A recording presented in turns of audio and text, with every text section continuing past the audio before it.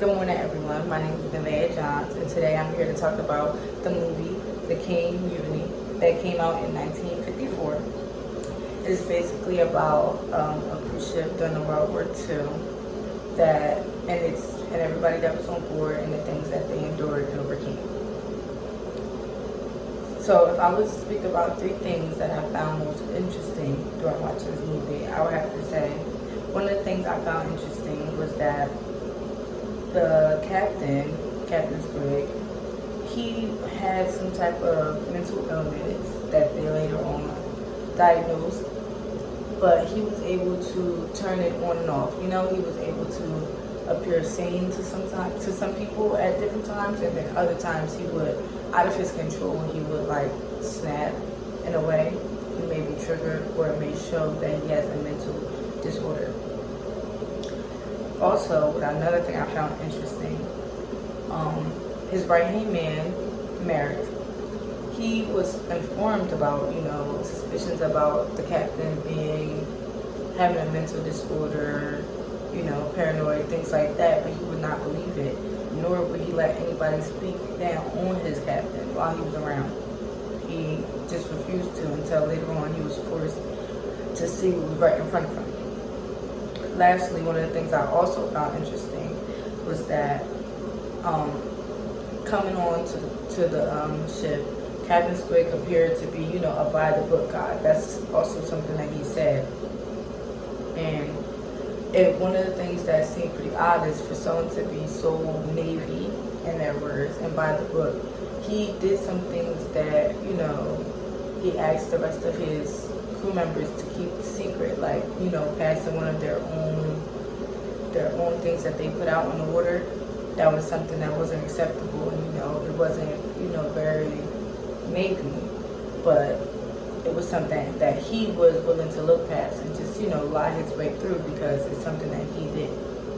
So his word meant a lot, to everybody else, but like really to him, he wasn't really that much of a man of his word. So if I was to look at all of these three things, I definitely feel as though throughout the whole movie, especially in these three moments, it went back to things that we go over in class, all different topics such as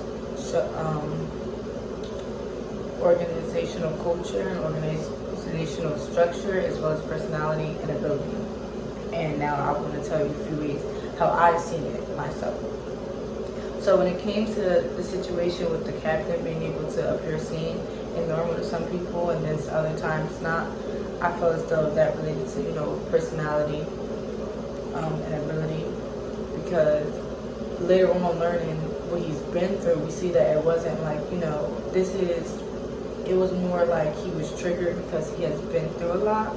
So it's just one of those mental disorders that come upon someone over time because of trauma and things like that, and that goes towards his personality because he is very Navy as a person. He's noble as well. All the things that he would risk being out, he's done his job for about a long time, over 8 years, and that does something to a person, and it all showed, through his actions. And sometimes, good comes out of that because he has the knowledge to be able to get through things like very tough times, but it also comes with negative aspects as well because, over time he became paranoid and it made him a bad leader in some ways.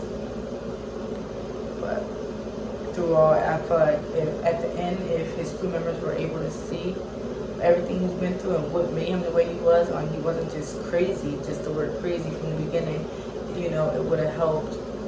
Like he would have been able to see how he actually is a good captain and all the things that they can learn from him as well. Also, when it came to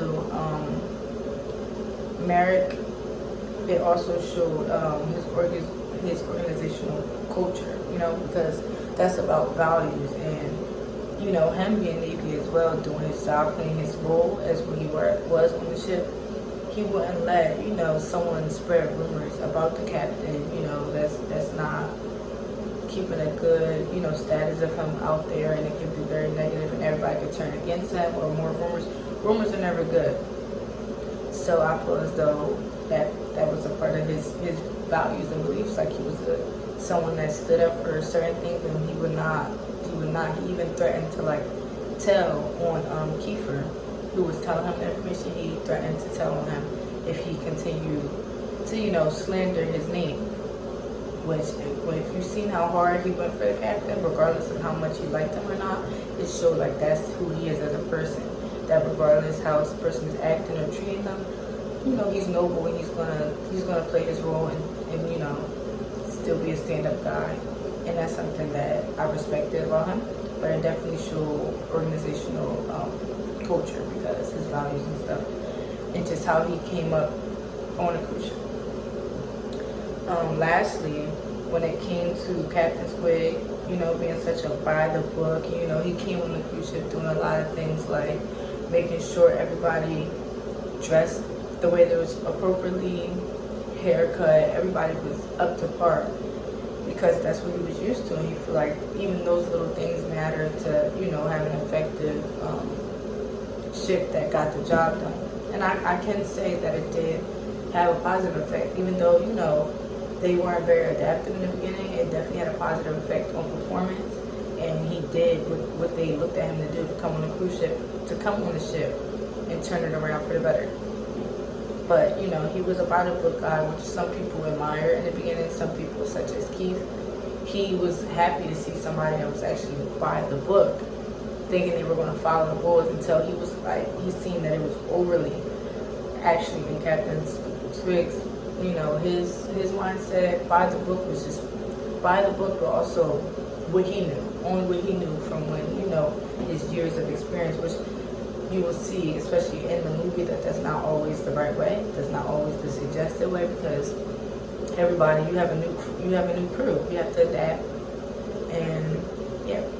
So with that specific situation, I feel like that also showed organizational structure and culture, because Captain Squid, you know, he's been on a couple different ships and they were all different, but how he wanted his to run was a specific way based on what he'd been through, you know, his values and beliefs. He wanted everybody to have their shirts tucked in, to have a nice cut, to be where they were supposed to be at the time that they were supposed to be there.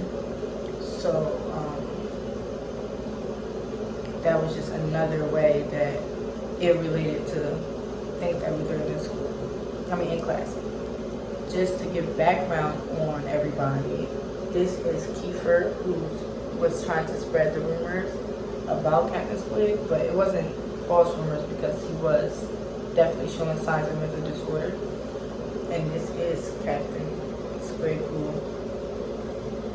was, you know, seen as a good captain in some people's eyes and not so good in others. And this was Merrick, who, you know, didn't want to take those rumors and, you know, really report them. He stayed loyal. I feel as though, you know, kind of all the way through until he.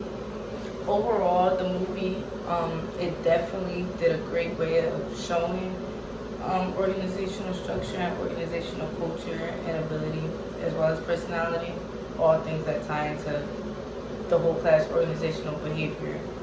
All of the examples were clear because even in the beginning of the movie, we seen a negative captain he had bad ways of speaking to his crewmates that showed poor organizational structure as well as organizational culture, because his values, they weren't as important. Everybody was all over the place, which then resulted in bad performance when they had to, you know, perform.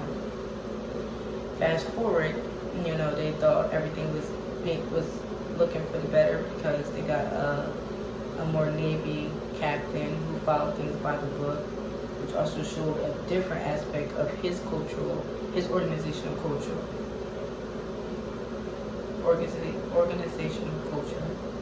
But, you know, looking at the result of that, it wasn't positive the whole time.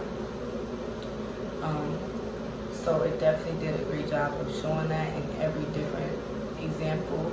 Every different crew member had a different personality, which may have even grown throughout the movie. One person I can say who was Keith. You know, he wasn't very open. He didn't have an open mind when he first got on the cruise ship. When he first got on the ship with his first captain, and I feel like he was very judgmental because it wasn't the same as what he thought it would be, or what he went to school for. But after, experiencing that and then turning around and experiencing another person, I feel like he was more appreciative of his first captain. Because, like we said, someone who's more by the book or more in the Navy is always better, because there was some cons. He knew a lot, he had a lot of experience, but that actually brought some downside because he knew so much and he'd been through so much. It wasn't really the best thing for his mental to still be, doing that position and being able to lead a whole crew, that was still new, who didn't really know him like that. But it definitely played a part that they weren't, very open to him as well. But lastly, the movie did give great examples, and I would recommend it to a lot of other people. And I want to say thank you for listening to me.